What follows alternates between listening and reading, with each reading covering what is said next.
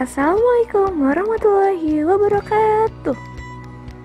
Hello friends, how are you today? I hope you find great, fantastic.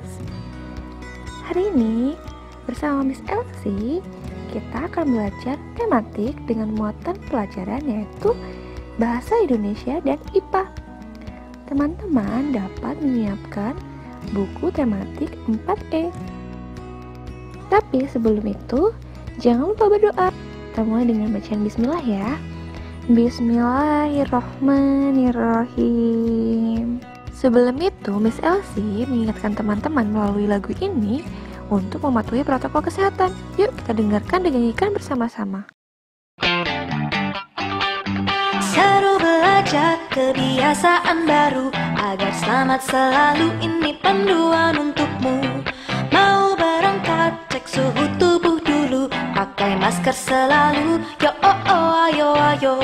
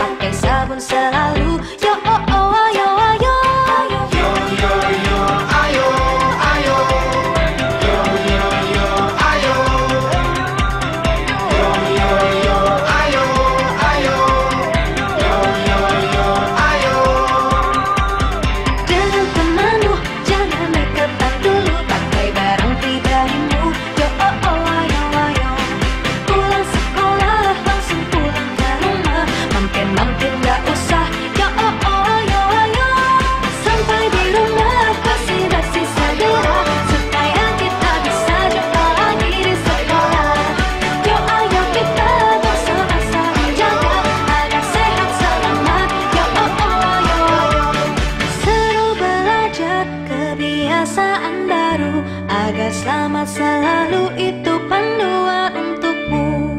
Seru belajar kebiasaan baru. Hari ini kita akan belajar mengenai teks non-fiksi atau cerita non-fiksi, lalu dilanjutkan dengan sinonim dan antonim, serta sifat-sifat cahaya. Yuk kita simak videonya ya. Cerita non-fiksi atau teks non-fiksi. Teman-teman pernah membaca teks bacaan Raja Mula Warman dari Kerjaan Kutai? Kalau belum, teman-teman dapat membacanya di buku 4E, halaman 4. Teks tersebut termasuk fiksi atau non-fiksi ya. Yuk kita bahas dahulu. Apa itu cerita fiksi dan non-fiksi?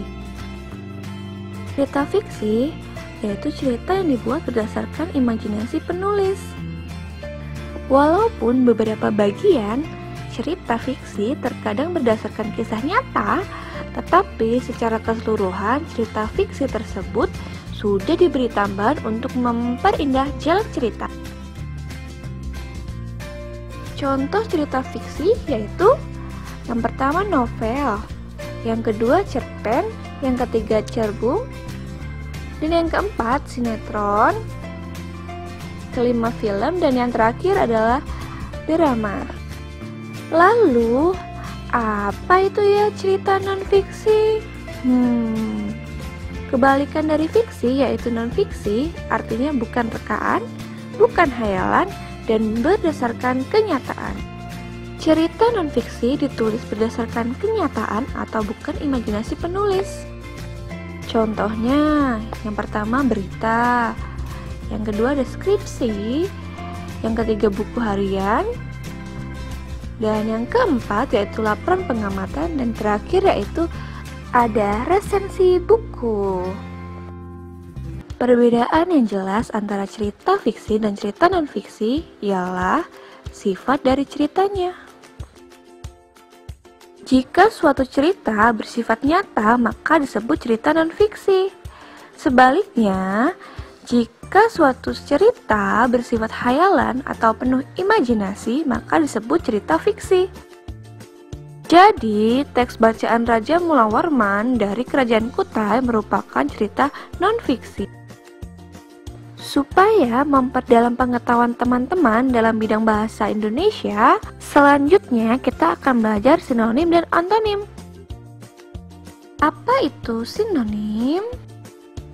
Ya, sinonim adalah kata yang memiliki bentuk yang berbeda dengan kata lain, tetapi memiliki arti, makna, atau pengertian yang sama atau mirip. Sinonim disebut juga dengan persamaan makna kata atau pandanan kata. Contoh, arti sama dengan makna sama dengan pengertian. Yang kedua, mati sama dengan tewas, sama dengan meninggal, sama dengan wafat, sama dengan mangkat. Melihat sama dengan memandang, sama dengan menonton, sama dengan menyaksikan.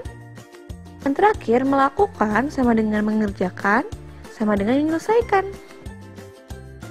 Apa itu ya antonim?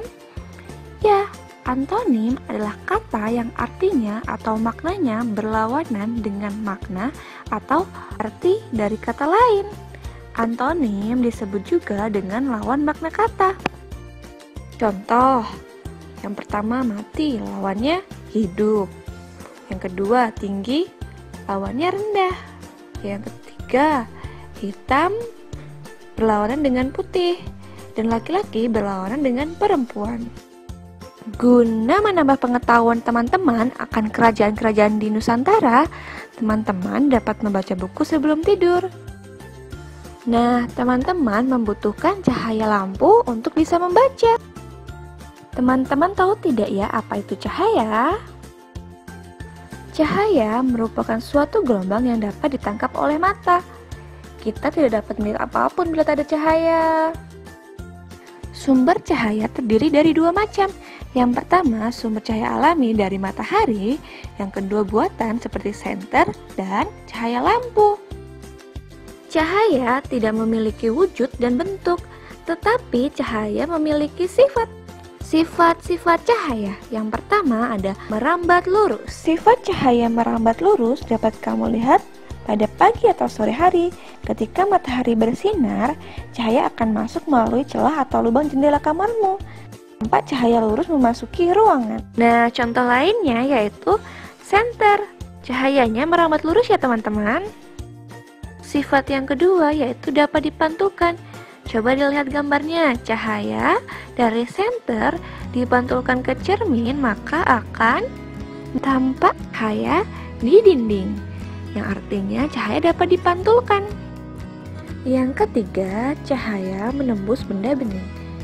Dapat dilihat di contoh pada gambar tersebut, cahaya senter dapat menembus gelas bening sehingga terlihatlah cahaya pada karton yang ditempelkan di dinding.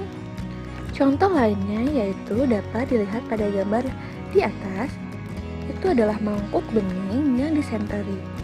Maka cahaya dapat menembus benda itu karena mangkuk tersebut bening. Tetapi kalau mangkuk tersebut terbuat dari logam, tentu saja ya teman-teman tidak akan tembus cahaya.